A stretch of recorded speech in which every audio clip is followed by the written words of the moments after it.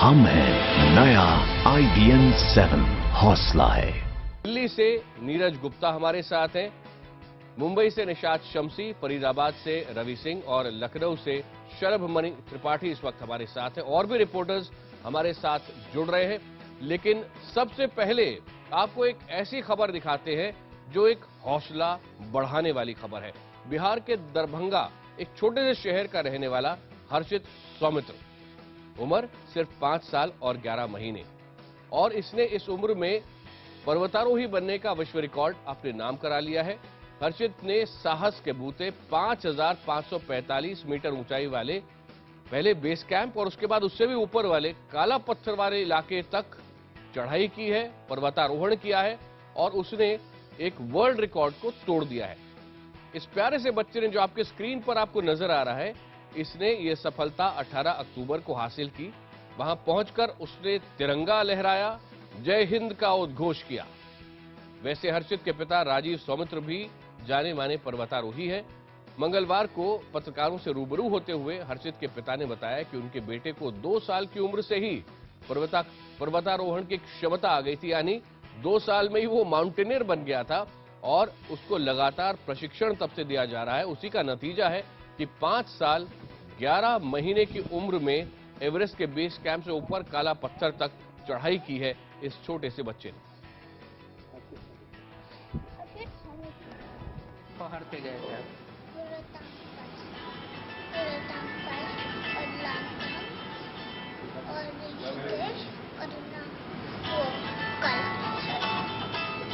कितना दिन लग गया?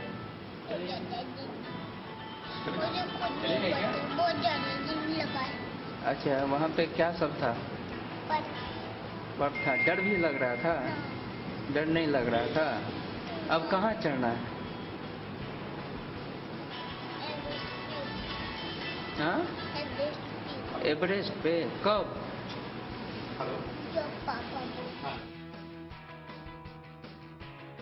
कहां चढ़ना है? एवरेस्ट पे। कब जाना है? जब पापा गए थे। जाना तो चाहता था हर्षित एवरेस्ट पर, लेकिन उसको रोक दिया गया। कहा कि नियम के मुताबिक ये ठीक नहीं होगा, कितना छोटा बच्चा इससे आगे चढ़ाई करे। अब चलते हैं हमारे संवाददाताओं के पास। सबसे पहले दिल्ली से मेरे सहयोगी नीरज गुप्ता। नीरज, एकदम खून बढ़ाने वाली खबर। सबसे पहले छोटा सा बच्चा जो एवरेस्ट पर चढ़ना चाहता है और काला पत्थर तक चढ़ चुका है, लेकिन आप ये बताएं, आप क्या खबर देने वाले हैं? या बिल्कुल आकाश, मैं ये खबर देने वाला हूं कि बीजेपी महाराष्ट्र में सरकार बनाने की एवरेस्ट पर कैसे चढ़ेगी। तो कुल मिलाकर बीजेपी और शिवसेना महाराष्ट्र में सरकार बनाने को लेकर साथ आते दिख रहे हैं। इस मुद्दे पर बातचीत के लिए शिवसेना के 2 वरिष्ठ नेता अनिल देसाई और सुभाष देसाई दिल्ली पहुंच चुके हैं। महाराष्ट्र में सरकार बनाने के मुद्दे पर शिवसेना के तेवर नरम पड़ते दिख रहे हैं। तनातनी के माहौल को सहज बनाने के लिए शिवसेना ने अपने 2 नेताओं सुभाष देसाई और अनिल देसाई को दिल्ली भेजा है, जो आज बीजेपी नेता जेपी नड्डा से मुलाकात करेंगे। स्वाभाविक रूप से पार्टी चाहेगी कि वर्षों तक साथ चलने वाला व्यक्ति अगर वापस हमारे साथ आते हैं तो हमें प्रसन्नता होगी। बीजेपी साफ कर चुकी है कि महाराष्ट्र में सरकार बनाने और नए सीएम के नाम का ऐलान अब दिवाली के बाद होगा। राज्य में सरकार बनाने के लिए 123 सीटों वाली बीजेपी को बहुमत के लिए 22 और सीटों की जरूरत है।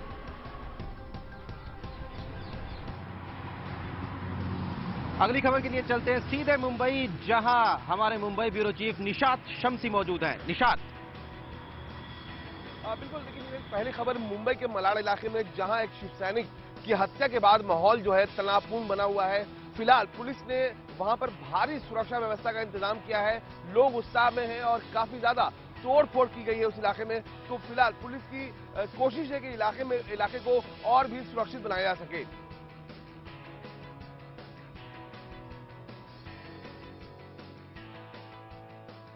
अब तक हमने 3 आरोपी अरेस्ट किए हैं और बाकी आरोपियों का शोध शुरू है और जल्दी से जल्दी उनको भी पकड़ लेंगे हम। बाकी देयर इज नो टेंशन। हमने लोगों से बात की है और ये र्यूमर मॉन्गरिंग के ऊपर भरोसा मत करें एंड पुलिस इज देयर और हम we will ensure that the accused are arrested. तो टोटल कितने आरोपी थे और हत्या की वजह क्या है? देखिए, ये लोकल उधर ये इश्यू काफी टाइम से, इसे मुझे बताया गया कि ये काफी टाइम से लोकल इश्यूज हैं वहां पर उसकी वजह से ये ऑफेंस हुआ है। शाम को कुछ मारपीट हुई, आरोपी ने कुछ लेडी को मारा और डिसीज ने उसमें इंटरफियर मतलब रोकने की कोशिश की और रोकने की कोशिश में उसको स्टैबिंग हुई है। महाराष्ट्र के बदलते राजनीतिक परिवेश में एक बार फिर से नितिन गडकरी के मुख्यमंत्री बनने की चर्चा होने लगी है। हालांकि गडकरी ने यह साफ कर दिया है कि वो दिल्ली में खुश हैं। मंगलवार दोपहर बाद नागपुर पहुंचे गडकरी का जोरदार स्वागत किया गया। शाम होते होते बीजेपी के करीब 40 विधायक गडकरी के घर पर इकट्ठा हो गए। ये विधायक गडकरी को महाराष्ट्र का मुख्यमंत्री बनाए जाने की मांग कर रहे हैं। हालांकि गडकरी ने कहा कि वो केंद्र में ही खुश हैं और जहां तक सीएम पद की बात है तो ये केंद्रीय नेतृत्व ही तय करेगा। जो भी पार्टी का चयन होगा उसके पीछे पूरी पार्टी ताकत से खड़ी रहेगी। बताया जाता है कि गडकरी के नाम पर शिवसेना भी नरम पड़ सकती है। गडकरी महाराष्ट्र में बीजेपी शिवसेना गठबंधन सरकार में मंत्री रह चुके हैं। उनका नागपुर दौरा भी इन सभी कवायदों से जोड़कर देखा जा रहा है। एक बार फिर दिल्ली चलते हैं मेरे सहयोगी नीरज गुप्ता के पास। शुक्रिया निशात। महाराष्ट्र के बाद अब बात करेंगे हम कश्मीर की, क्योंकि प्रधानमंत्री नरेंद्र मोदी इस बार अपनी दिवाली कश्मीर में मनाने वाले हैं। खुद ट्वीट कर प्रधानमंत्री ने इस बारे में जानकारी दी है। आपको बता दें कि पिछले महीने जम्मू कश्मीर में आई बाढ़ ने वहां भारी तबाही मचाई थी। पीएम पहले भी कश्मीर के दौरे पर गए थे और उन्होंने वहां से लौटने के बाद कहा था कि वो एक बार फिर कश्मीर जाना चाहते हैं। आज कश्मीर के हालात बेहद खराब हैं। लोग अपनी बिखरी हुई जिंदगी समेटने की कोशिश कर रहे हैं। पीएम के कश्मीर दौरे से जाहिर है कि वहां के लोगों को काफी हौसला मिलेगा। प्रधानमंत्री भी बाढ़ पीड़ित लोगों के साथ दिवाली मनाकर उनको ये बताना चाहती हैं कि वो उनके साथ हैं। बाढ़ में लाखों लोग बेघर हो गए थे और करोड़ों रुपए का नुकसान हुआ था। उधर हरियाणा में मुख्यमंत्री का ताज मनोहर लाल खट्टर के सिर सजाया गया है। कल चंडीगढ़ में हुई विधायक दल की बैठक में खट्टर के नाम पर मोहर लगा दी गई। अब 26 अक्टूबर को खट्टर पंचकुला में मुख्यमंत्री पद की शपथ लेंगे। मनोहर लाल खट्टर 1970 में आरएसएस से जुड़े थे और पिछले 40 सालों से संघ और पिछले 2 दशकों से बीजेपी का हिस्सा हैं। साल 2002 में खट्टर को जम्मू कश्मीर में चुनाव का जिम्मा दिया गया था और साल 2004 में उन्हें दिल्ली और राजस्थान सहित 12 राज्यों में चुनाव की जिम्मेदारी दी गई थी। उसके बाद उन्हें जम्मू कश्मीर, पंजाब, हरियाणा, चंडीगढ़ और हिमाचल प्रदेश का रीजनल संगठन महामंत्री बनाया गया था। पीएम मोदी के करीबी खट्टर ने इस बार पहली बार करनाल विधानसभा क्षेत्र से चुनाव लड़ा और जीत हासिल की। भारतीय जनता पार्टी विधायक सर्वसम्मति से मुझे विधायक दल का नेता चुना है। पिछली बार मात्र 4 सीटें जीतने वाली बीजेपी इस बार स्पष्ट बहुमत के साथ राज्य में सरकार बना रही है। देश दिन भर में खबरों के इस सिलसिले को आगे बढ़ाने के लिए फरीदाबाद में मौजूद हैं मेरे सहयोगी रवि सिंह। उनके पास चलते हैं।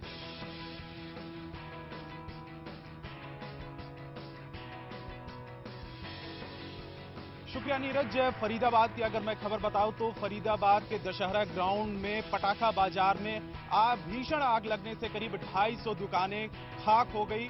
बताया जा रहा है कि इस हादसे में कई लोग जख्मी हुए हैं, जबकि 2 की हालत गंभीर है। फिलहाल आग पर काबू पा लिया गया है। भीषण आग से मची तबाही की तस्वीर फरीदाबाद के दशहरा मैदान की है, जहां पटाखों की करीब 250 दुकानें लगी थीं। लेकिन आग लगने के बाद देखते ही देखते पूरा पटाखा बाजार स्वाहा हो गया। मंगलवार को आग लगने के बाद वहां पर भगदड़ मच गई, जिसमें कुछ लोग घायल हो गए।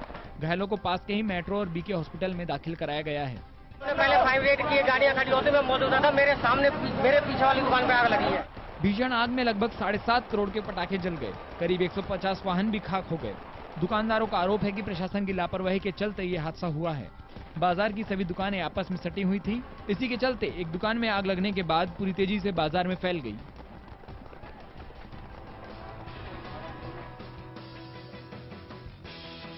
फरीदाबाद के दशहरा मैदान में आग लगने से कई लोगों की दिवाली काली हो गई है। फिलहाल लोगों में काफी गुस्सा है। लोगों ने शहर के कई जगहों पर जाम लगाया और प्रदर्शन भी किया। फरीदाबाद के पटाखा बाजार में लगी आग के बाद लोगों का गुस्सा बेकाबू हो गया।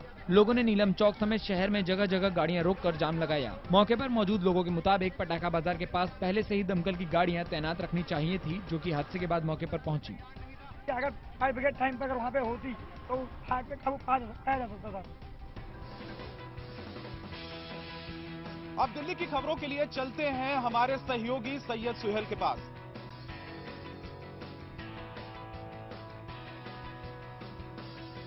जी, दिल्ली में एक फिल्मी मर्डर हुआ है।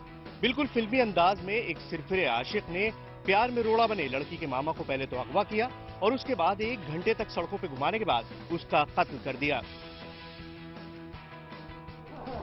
दिल्ली के जाफराबाद के इस परिवार के आंसू थमने का नाम नहीं ले रहे। एक सिरफिरे आशिक ने इनके भाई ओवैस खान की गोली मारकर जान ले ली। अमान नाम का युवक ओवैस को देसी कट्टे के दम पर अगवा कर ले गया। ओवैस को मारने से पहले अमान ने लड़की को फोन मिलाया और कत्ल की लाइव कमेंट्री भी की। पहले कभी लड़ाई हुई थी तू में ओवैस नाम का, उम्र होगी ऐसे करीबन 28। पुलिस के मुताबिक शादीशुदा अमान ओवैस के घर के सामने ही अपनी बहन के घर पर रहता था और ओवैस की भांजी से एक तरफा प्यार करता था और उसे परेशान करता था। इस बात को लेकर कई बार ओवैस और अमान के बीच कहासुनी भी हुई थी और आखिरकार यही ओवैस के कत्ल की वजह भी बनी। आगे की खबरों के लिए चलते हैं लखनऊ हमारे सहयोगी शलभ मनी त्रिपाठी के पास। शलभ।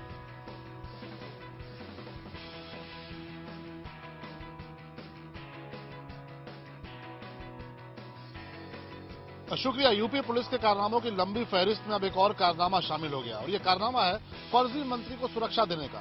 मामला मेरठ का है, जहां शराब तस्करी के एक आरोपी को पुलिस ने न सिर्फ सुरक्षा दी बल्कि पूरी इलाके में उसकी रैली भी कराई। हैरानी की बात यह है कि इस शख्स को कुछ महीनों पहले ही खुद पुलिस ने गिरफ्तार भी किया था। जीवन के अंदर में आता है उच्च शिक्षा विभाग, मानव संसाधन विकास विभाग। इसका कार्य जो है वो टेक्निकल शिक्षा को बढ़ावा देना है। Language institute of information technology. इस फर्जी इंस्टीट्यूट का नाम आपने पहले कभी नहीं सुना होगा, लेकिन फर्जी मंत्री का नाम और तारीफ जरूर सुन लीजिए। सफेद पोश ये शख्स है तंजीम अब्बासी। इनका पेशा धोखेबाजी से लेकर शराब तस्करी तक का है। इसी साल जुलाई के महीने में इस शख्स को शराब तस्करी के मामले में पुलिस ने गिरफ्तार किया था। तब इस मामले का खुलासा खुद जिले के पुलिस कप्तान ओंकार सिंह ने बहुत शान से किया था। फिर उसी को मेरठ पुलिस ने सुरक्षा क्यों दे दी? इस तरह से एक अंग्रेजी में लिखा हुआ पत्र वरिष्ठ पुलिस अधीक्षक के नाम से प्राप्त हुआ था, जिसमें ये अनुरोध किया गया था सुरक्षा देने के लिए। पूर्वांचल में दिमागी बुखार का कहर लगातार जारी है। कहा जा रहा है कि हर रोज 4 से 5 मासूम बच्चों की मौत इस बीमारी के चलते हो रही है। ऐसे में प्रशासन के रवैये के खिलाफ पीड़ित परिवारों ने इस बार दीपावली न मनाने का फैसला किया है। गोरखपुर मेडिकल कॉलेज के इस वार्ड में दर्द से कराते ऐसे मासूमों को दिलासा देने की, समझाने की लाख कोशिशें बेकार जा रही हैं। दिमागी बुखार से मरने वालों का आंकड़ा 500 के पार जा पहुंचा है। जाहिर है सरकार के तमाम दावों और नीतियों के बावजूद दिमागी बुखार का कहर थम नहीं रहा। ऐसे में सरकार से निराश लोगों ने इस बार दिवाली न मनाने का फैसला किया है। किस कदर मनाएंगे जब घर का दिया भी नहीं है, तो दिवाली हम लोग क्या मनाएंगे? हम लोग दिवाली नहीं मिला, गम में डूबे हैं। उसी तरह हम लोग क्या दिवाली मनावल जाए। आपके गांव में कुल कितने बच्चे मर चुके हैं? 3 लड़के मर गए हैं मस्तक के बुखार से। दिमागी बुखार से निपटने के लिए राज्य और केंद्र सरकार की तरफ से हर साल करोड़ों रुपए की मदद की जा रही है, लेकिन ये रुपए मासूमों को मौत के मुंह में जाने से नहीं बचा पा रहे। IBN 7 के लिए रोहित सिंह की रिपोर्ट।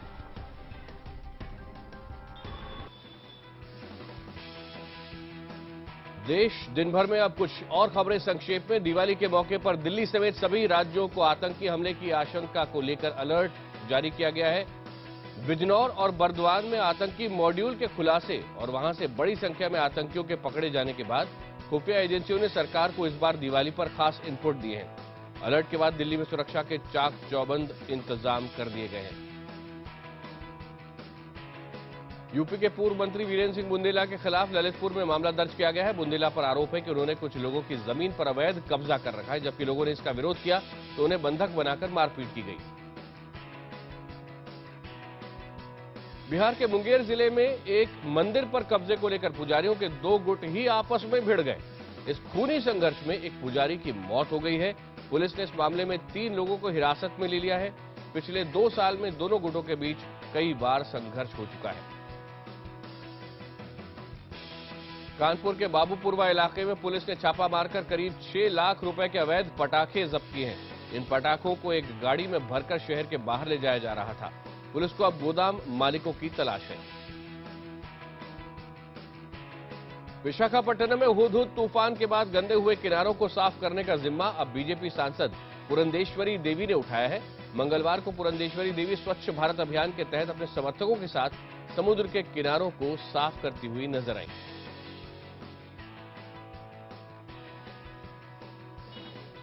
वक्त है ब्रेक का। देश दिन भर में ब्रेक के बाद खबरों के सिलसिले को आगे बढ़ाएंगे जयपुर से मेरे सहयोगी भवानी सिंह।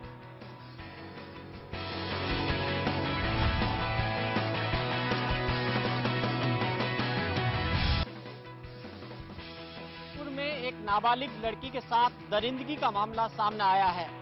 पीड़ित लड़की के साथ न केवल सामूहिक बलात्कार किया गया, उसके शरीर पर शराब डाली गई और निजी अंगों के साथ छेड़छाड़ की घिनौनी करतूत की गई। जयपुर में मुख्यमंत्री आवास के सामने से गुजर रही पीड़िता अब इंसाफ की मांग कर रही है। पुलिस से, राज्य सरकार से, अपनी महिला मुख्यमंत्री वसुंधरा राजे से। पीड़िता का आरोप है कि उसकी ही सहेली के भाई ने उसे जबरन कार में बैठाकर अपने दोस्त के साथ न केवल गैंगरेप किया बल्कि जबरन शराब पिलाने की कोशिश भी की। दोनों ने मेरे को उस गाड़ी में बिठाया और उसके जाके दोस्त खाना खाने वाले उसके रूम पे टूटी पुलिया के पास में ले गए। वहाँ पे मेरे साथ में दोनों ने कुटुस्कर्म किया। मुजरिम की तलाश के लिए उनकी गिरफ्तारी के लिए हमने टीमें बना करके रवाना कर दी उनके निवास स्थान पे। पीड़िता के परिवार का आरोप है कि आरोपी उन्हें केस वापस लेने के लिए धमका रहे हैं। हालांकि पुलिस का कहना है कि अभी तक परिवार ने धमकी की शिकायत नहीं की है।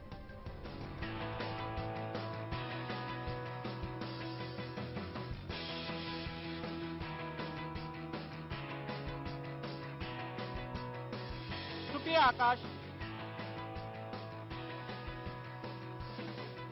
जी बिल्कुल, अब खबर बेंगलुरु से, और ये एक ऐसी खबर है जिससे हम सब अभिभावकों को चिंता होना लाजमी है। बेंगलुरु में एक बार फिर स्कूल में मासूम बच्ची के साथ यौन उत्पीड़न का मामला सामने आया है।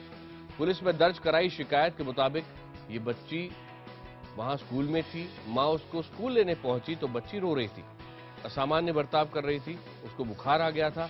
काफी पूछने के बाद उसने अपनी मां को डरते डरते बताया कि किसी ने उसे बहुत मारा है, मगर और पूछा गया तो फिर जानकारी मिली कि बच्ची का यौन शोषण किया गया है।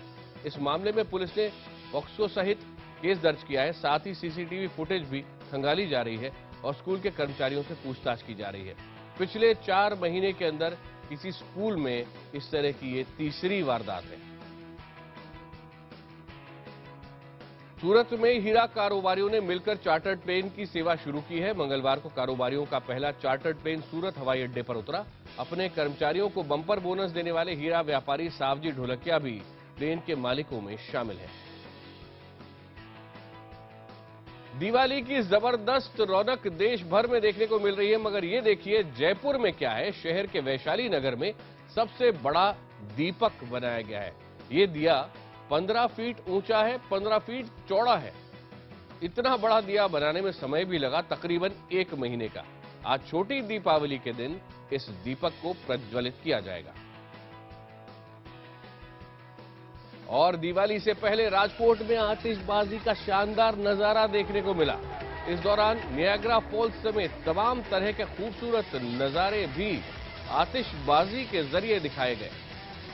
मंगलवार को राजकोट नगर निगम ने माधवराव सिंधिया क्रिकेट स्टेडियम में क्रैकर शो का आयोजन किया और 70,000 से ज्यादा लोग इसको देखने के लिए आए।